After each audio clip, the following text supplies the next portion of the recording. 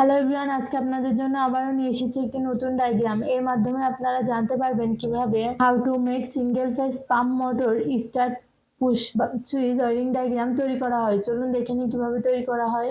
ডিপিএমসিবি double pole miniature circuit breaker, এটির মাধ্যমে negative ও পজিটিভ লাইন নিয়ন্ত্রণ করা হয়। RCCB resident current circuit breaker.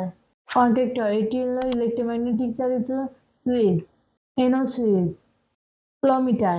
Motor.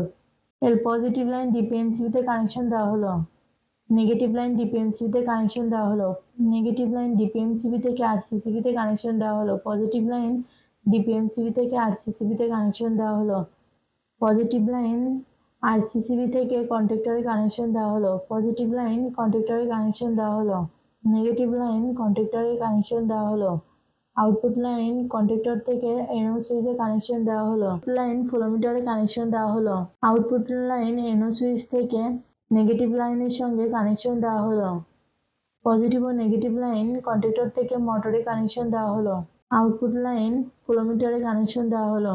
এই ডায়াগ্রামটি পুরোপুরি সম্পূর্ণ হয়েছে। এভাবে আপনারা আপনাদের বাসাবাড়ি অথবা কারখানাতে তৈরি করতে পারবেন। ভিডিওটির সাথে থাকার জন্য ধন্যবাদ। ভিডিওটি ভালো লাগলে লাইক ও সাবস্ক্রাইব করবেন।